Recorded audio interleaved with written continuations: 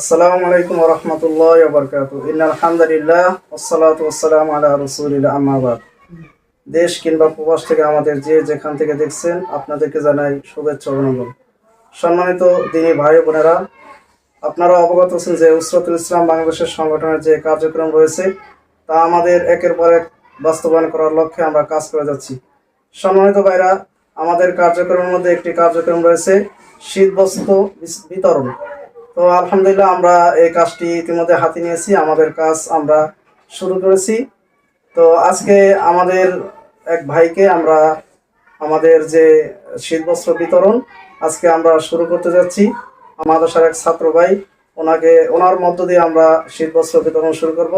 আমাদের আজকে সাথে আছেন উসরাতুল ইসলাম বাংলাদেশ সংগঠনের সম্মানিত মহাসচিব জনাব আব্দুল্লাহ আল মামুন এবং আমাদের উসরাতুল ইসলাম বাংলাদেশ সংগঠনের যিনি আমির রয়েছেন জনাব মোহাম্মদ মনির হোসেন।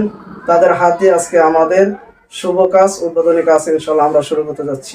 আলহামদুলিল্লাহ।